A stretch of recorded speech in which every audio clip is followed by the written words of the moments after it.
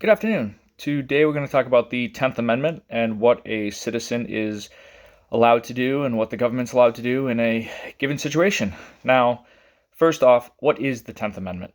The 10th Amendment of the Constitution states that powers not delegated to the federal government by the Constitution, nor prohibited to it by the Constitution, are reserved for the states or the people. Essentially, this means that the federal government cannot overstep its boundaries and take on powers that are not specifically granted to it by the Constitution, and that those powers should be left to the states or the people to handle. Now, how does the 10th Amendment affect mandatory evacuation? In the case of mandatory evacuation, the 10th Amendment will come into play if the federal government were to try to force states or cities to evacuate their citizens without the consent of those states or cities.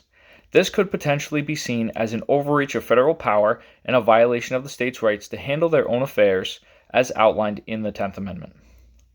Do citizens have a right, under the 10th Amendment, to remain in defiance of the evacuation order?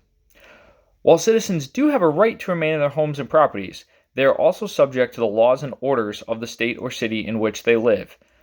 If a mandatory evacuation order is issued, citizens may have to leave their homes in order to comply with the law. However, if the evacuation order is deemed to be unlawful or unjust, citizens may have the right to challenge it in court. If the citizen is forced to evacuate, can the state government be found liable for damages sustained in life, medical, or property? Now, if a citizen is forced to evacuate due to a mandatory evacuation order, and they sustain damages to their life, medical, or property as a result, they may be able to seek compensation from the state government. However, this would depend on the specific circumstances of the case and whether the state government was found to be at fault for the damages sustained.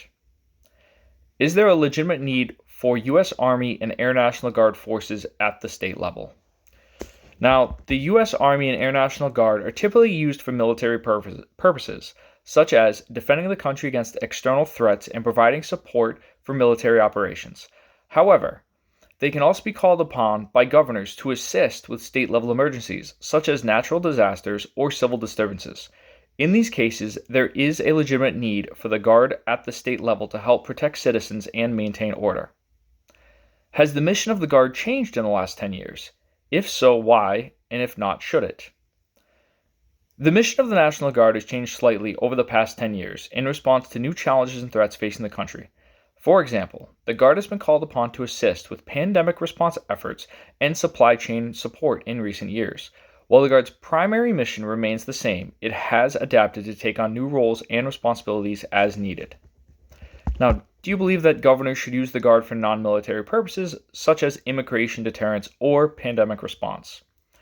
Governors do have the authority to use the Guard for non-military purposes, such as immigration deference or pandemic response, if they believe it is necessary to protect the citizens of their state. However, the use of the Guard in these cases may be subject to legal challenges or criticism if it is seen as an abuse of power or a violation of the Guard's primary mission. Do you believe the deployment of the Guard is required in a civil disturbance? Now, the deployment of the National Guard may be necessary in civil disturbances if local law enforcement is unable to maintain order and protect citizens. In these cases, the Guard can provide additional resources and support to help restore peace and stability. Do you believe the Guard is fully funded and capable of all their current missions? It is difficult to determine whether the Guard is fully funded and capable of all their current missions without knowing the specific details and resources available to them. However, it is important for the Guard to have necessary funding and support to carry out their duties effectively and efficiently.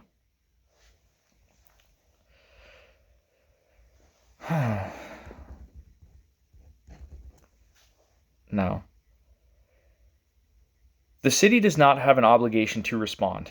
The 10th Amendment states that the powers not delegated to the federal governments by the Constitution, nor prohibited by it to the states, are reserved to the states or to the people.